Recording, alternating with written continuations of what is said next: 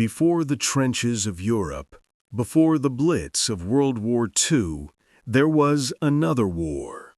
A war most people have never heard of. A war that rewrote the rules of power, race, and empire.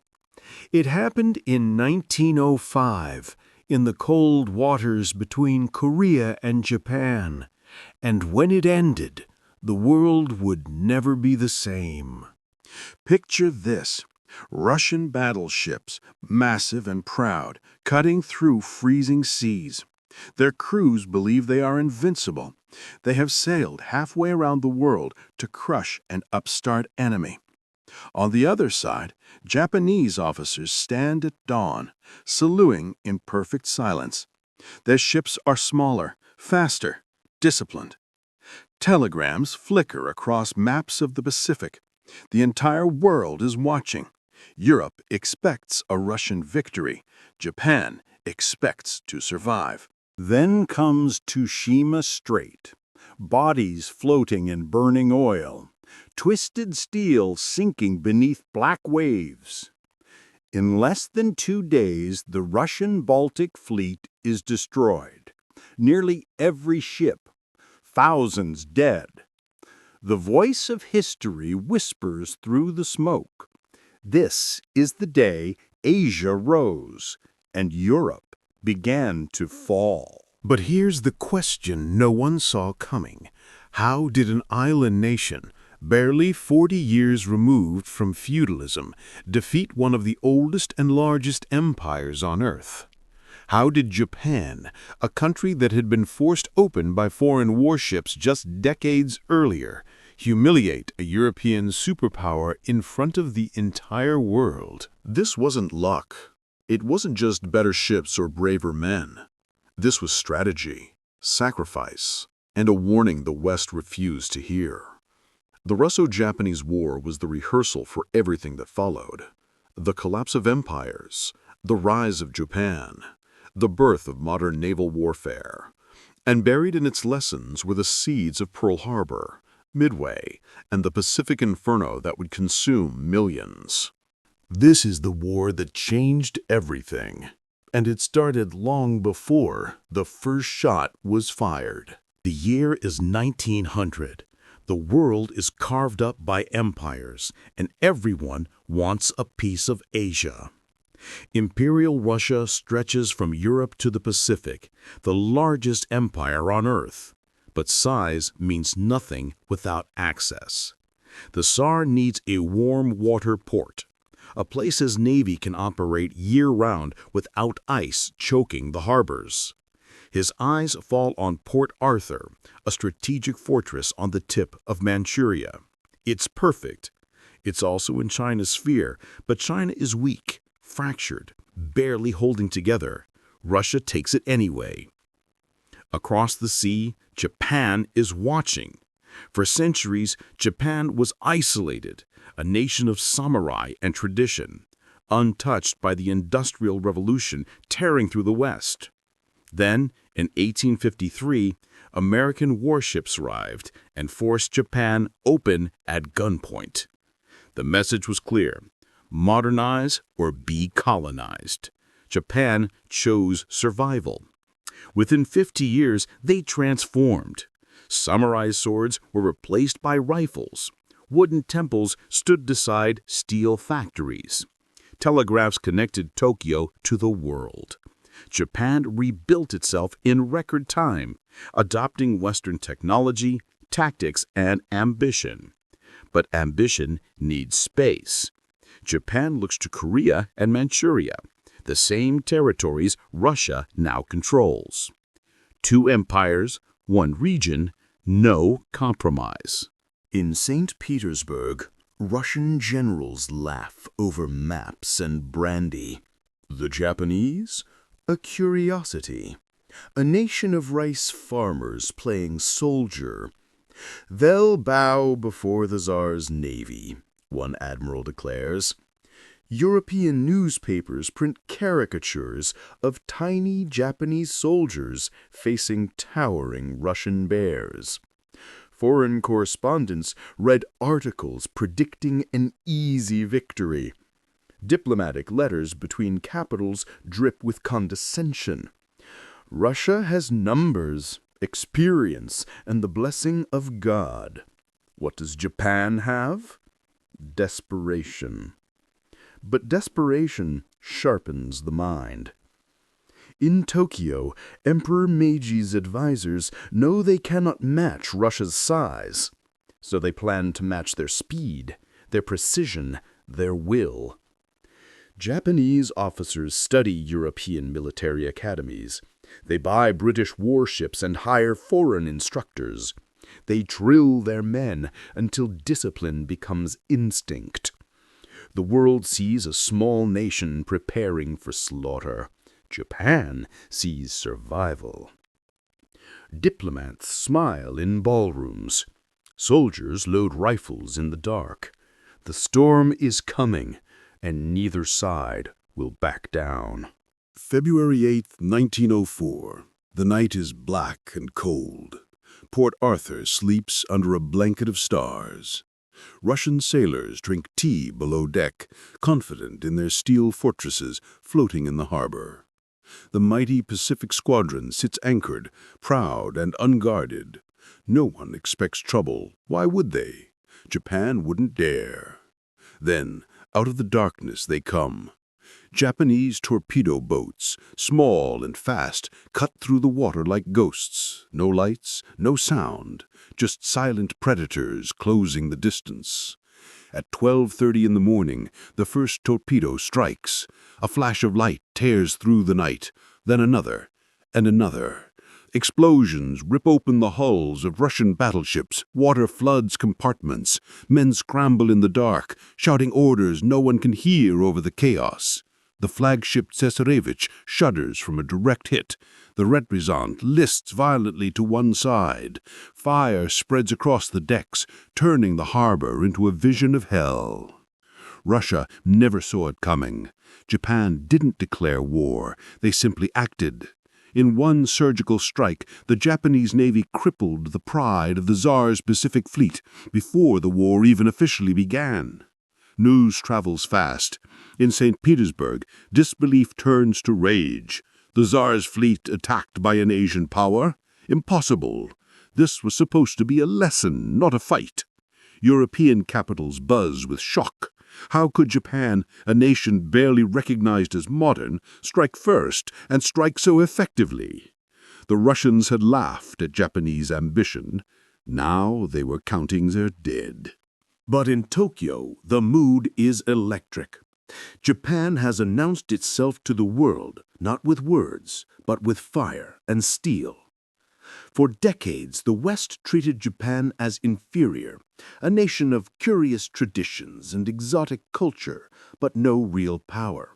Now, those same Western powers watch in stunned silence as Japan proves what discipline, planning, and ruthless precision can achieve. Pride surges through the streets of Tokyo. This is no longer about territory. This is about respect. Russia vows revenge. The Tsar orders reinforcements. The Baltic Fleet will sail east, crush Japan, and restore the natural order. Europe expects redemption. Japan expects the fight to get worse. And they're both right. The spark has ignited the powder keg. Now comes the inferno. Port Arthur doesn't fall easily. What begins as a lightning strike becomes a grinding, bloody siege. The fortress sits on high ground, surrounded by trenches, barbed wire, and Russian guns that can shred anything that moves. To take it, Japan sends General Nogi Maraske, a man forged in the old samurai tradition but fighting a thoroughly modern war. Nogi understands honor. He also understands that honor means nothing if you lose. The siege begins in August 1904. Japanese soldiers charge uphill into a storm of machine gun fire. Barbed wire tears uniforms and flesh. Artillery shells rain down like apocalyptic thunder. Men dig trenches in frozen mud, holding positions under constant bombardment. This is not the clean warfare of past centuries. This is industrial slaughter. Trenches stretch for miles. Machine guns mow down entire companies in seconds. Poison gas experiments begin. Massive howitzers fire shells the size of oil drums. This is 1904, but it looks like the Western Front a decade early. The world just isn't paying attention yet. Inside Port Arthur, Russian defenders hold firm under General Anatoly Kondratenko, a brilliant and stubborn officer who refuses to surrender. His men are exhausted, starving, and running low on ammunition, but they fight like cornered wolves. Every hill, every trench, every bunker is defended to the last man. Shells fall day and night, the ground shakes, buildings collapse into rubble. Morale cracks and splinters, but Kondratenko keeps his men together through sheer will. Japan pays in blood. Waves of soldiers assault the Russian lines and are cut down. Thousands die for a few meters of ground. Nogi's strategy is simple and brutal. Keep attacking until the enemy breaks. But the cost is almost unbearable. Among the dead is Nogi's own son, killed leading a charge up 203-meter hill, the key to the entire fortress. When the telegram reaches Nogi, he reads it in silence. Then he folds the paper, places it in his pocket, and orders the next assault. Honor before life. Duty before grief. The attack continues. Back in Tokyo, telegrams from the front paint a picture of carnage. Families receive death notices. Hospitals overflow with wounded. The Japanese public, so proud after Port Arthur's initial strike, now faces the true cost of war. But there is no retreat. The nation has committed everything to this fight. In December, after 5 months of siege, Port Arthur falls. Kondratenko is dead, killed by a shell. The Russian defenders, starving and surrounded, finally surrender.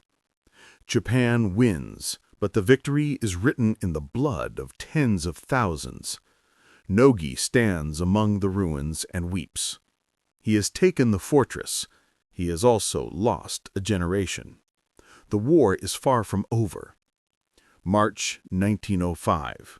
Manchuria is frozen, barren, and about to become the stage for the largest land battle the world has seen since Napoleon marched on Moscow. 600,000 men converge on the city of Mukden. Russian forces, battered but still massive, dig in for what they hope will be their redemption. Japanese forces, stretched thin and exhausted from months of brutal combat, prepare for one final, decisive push. This is no skirmish. This is industrial warfare on a scale humanity has never witnessed. The battle lasts 2 weeks. Artillery fire shakes the earth day and night. Infantry charges across open fields into walls of machine gun fire. Cavalry units, relics of an older age, are slaughtered by modern weapons. Trenches fill with bodies. Smoke blankets the landscape so thick that entire battalions lose their way. Communications break down. Generals on both sides struggled to control the chaos. This is modern war at its most horrifying, and no one is prepared for it. But amid the carnage, a pattern emerges. Japan's discipline holds. Their supply lines, those stretched across thousands of miles, function. Officers coordinate assaults with precision. Soldiers follow orders even when those orders mean death. Russia, by contrast, is falling apart. Supply chains collapse under corruption and incompetence. Orders arrive late or not at all. Morale crumbles. Soldiers begin to question why they're dying in a frozen wasteland half a world from home for a war no one believes in anymore. The Russian retreat becomes a rout. Units break and run. Officers lose control. What begins as an organized withdrawal turns into disorganized panic. Thousands of Russian soldiers are captured, abandoned by their own command. Japan wins Mukden, but both sides are bloodied beyond recognition.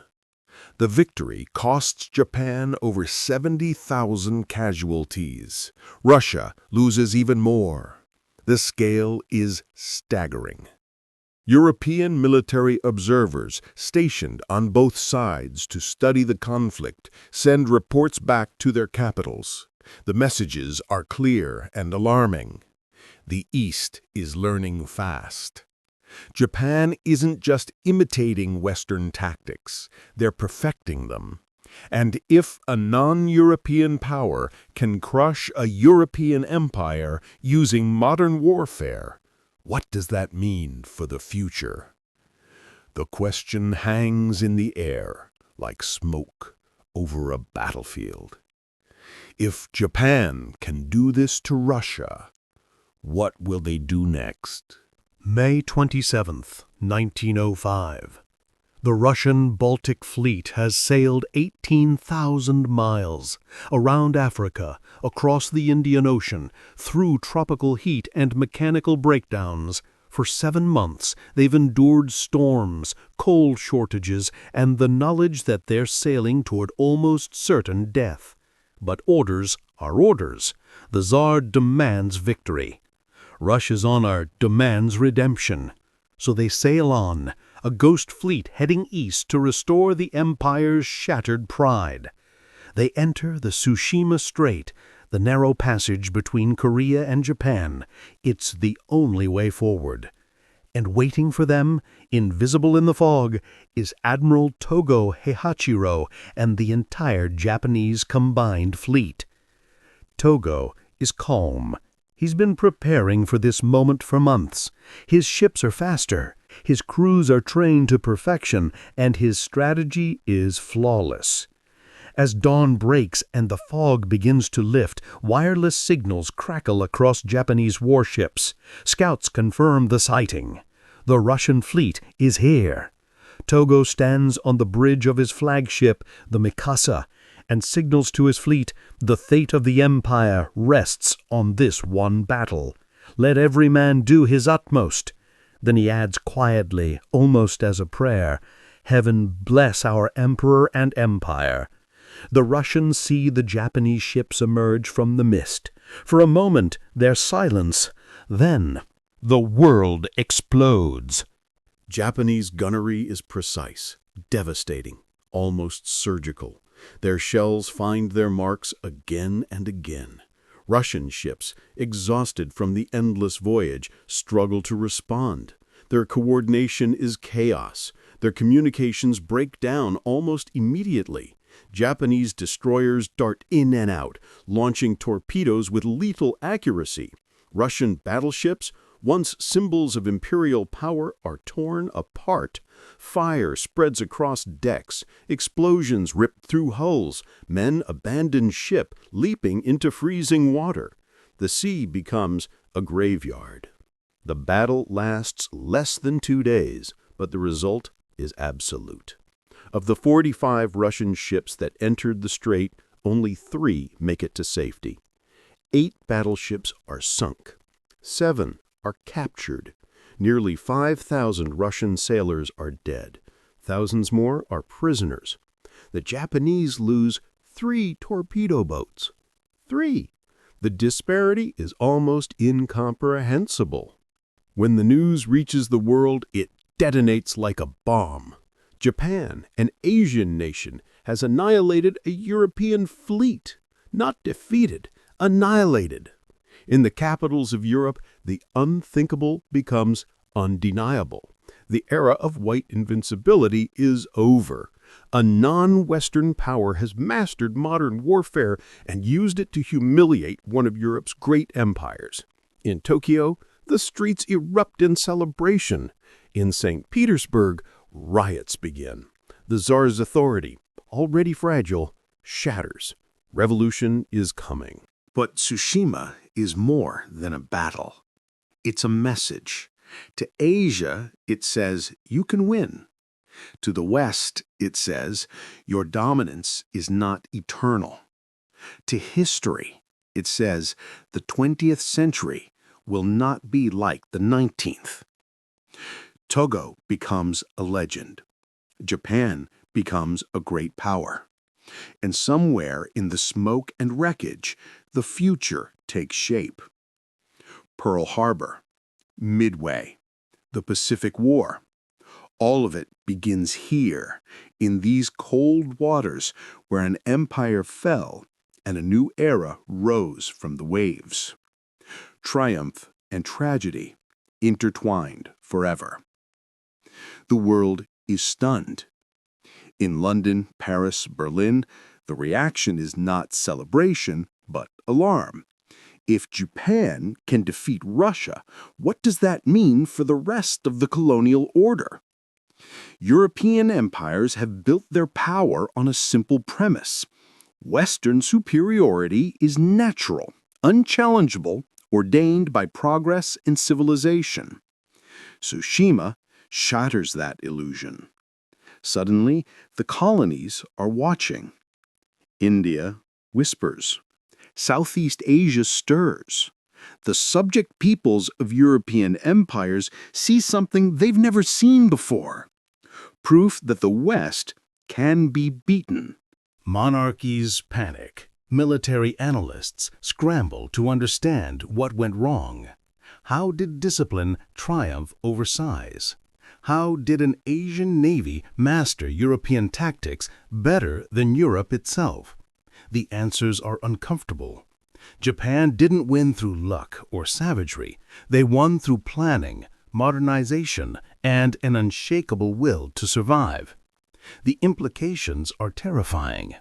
If one non-Western nation can do this, others will try. In Russia, the defeat ignites a firestorm.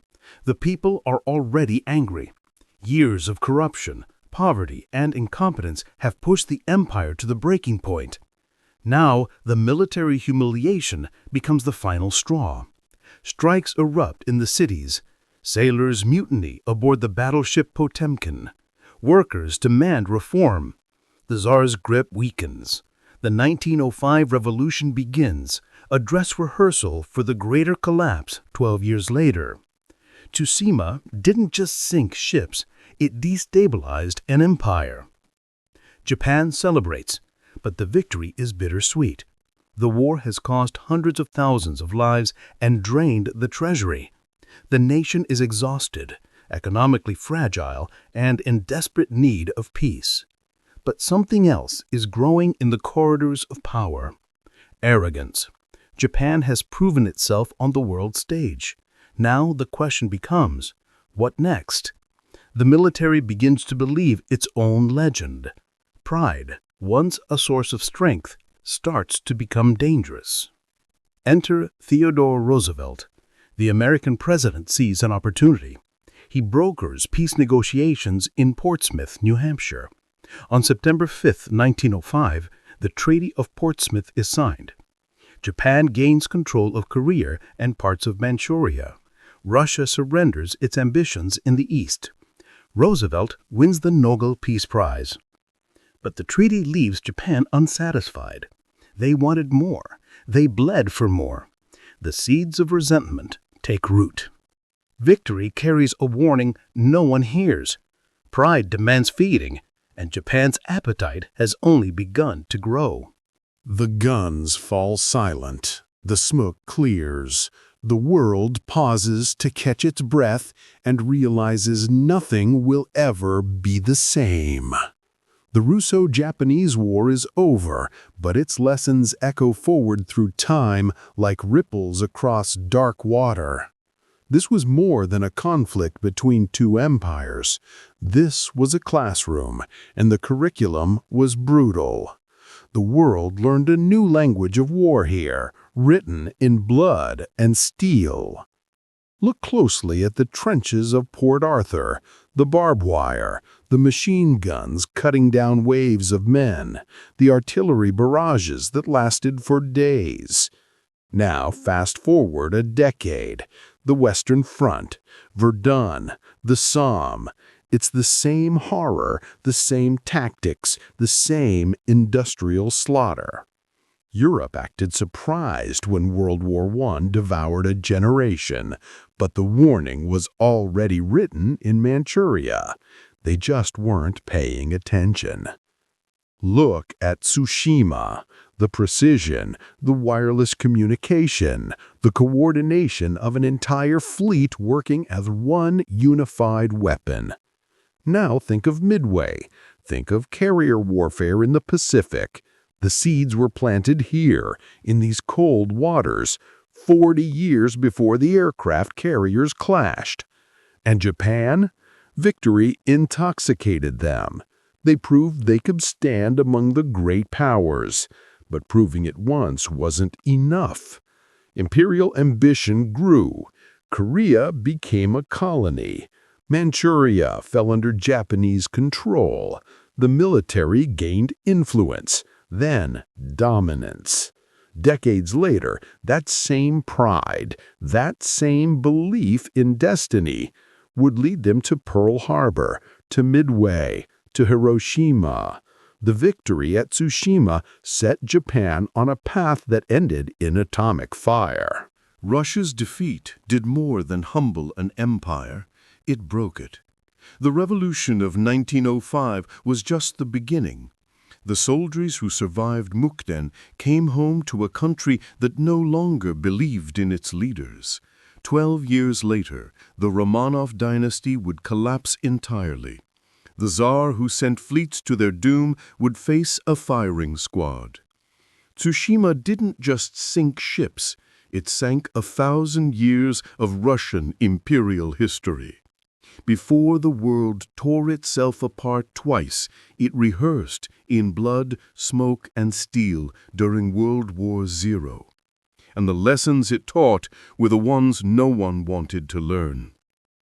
The cameras fade from the triumph of 1905, crowds celebrating in Tokyo, flags waving, victory parades through streets lined with pride.